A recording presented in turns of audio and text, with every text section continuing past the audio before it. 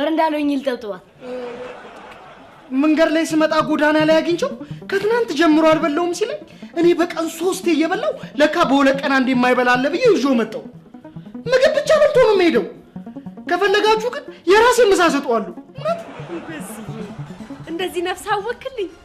ደግሞ ለምንድን ነው ያንተ ምሳ የሚበላው? አሁን ለሱም ይሆን ምግብ እዚህ ቤት ጠፍቶ ነው?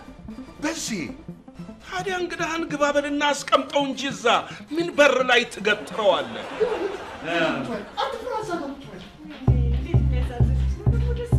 ሻሼ አቢ አቢ አቢ!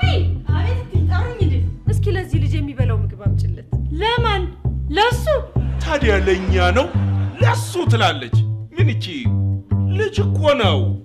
ምን አለበት ሂጂና የሆነች ትንሽ ነገር ፈልገሽ አምጪና ስጪው። ኧረ ጣጣ የለውም። ለምን ከነገበው ነው አስተናግዷል። ምንም አታስቡ። ገባው ደግሞ ምንድነው? አባቢ ከነመሶቡ ማለቱ ነው። አምጡት አስተናግደዋለሁ ነው የሚለው። ከነመሶቡ ይላል እንዴ? እነሱን ታያቸው። ሂጂና ያልኩሽን ይዘሽለት። እሺ እንግዲህ ምን ይደረጋል? እሺ ማን አንተ ማን ማሙሽ ምን መሶቡ ማን ነው ስምህ? የልጅ ቡዳ ስምህ እንዳይሆን። ኧረ ከሆነ ቆይ ዋናው ስም ማን ነው? እንግዲህ እኔ እስከማውቀው ዋና የሚባል ስም የለኝም። ሁሉም ሰው የሚጠራኝ እንደዛ እያለ ነው። አንተ ካልጠፋ ስም ለምንድን ነው የልጅ ቡዳ የተባልከው? እሱን ስሙን ያወጣልኝን ሰው አብረን እንደምንጠይቀው አይሻልም? ይልቅ ምን ነው ፎሱ ጩና ጋር ተመሳሳይ ስም እንጭቃለን። ነፍሴ ማናት ደግሞ ጩና? እናቴ ናት።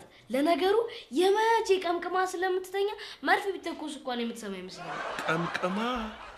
አንተ እናት ትጠጣለች ማለት ነው እንዴ?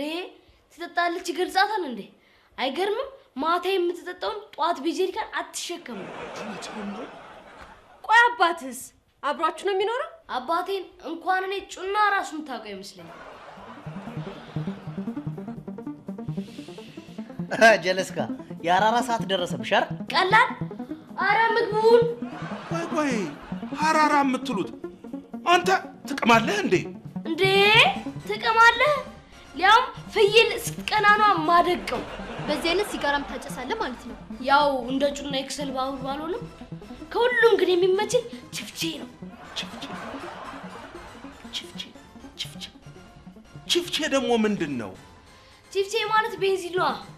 ያው ጎዳና ላይ ስለምንኖር ሌሊት ብርድ ሲጠባ ስለምናደር ቤንዚኗን እየሳብን ማስቲሿን እየጠጣ ነው ምናር።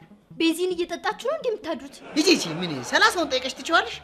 በቃ አይጠጡትም። ቤንዚሉን በጨርቅ ወይም በስትራቸው አድርገው ይስቡታል። ይመችሽ ያራዳለች አግኝተሽኛል። እንግዲህ ምን ይመችሽ ይላል እንዴ ደግሞ? ቆይ እናንተ ቤንዚን የምትስቡት መኪና ናችሁ?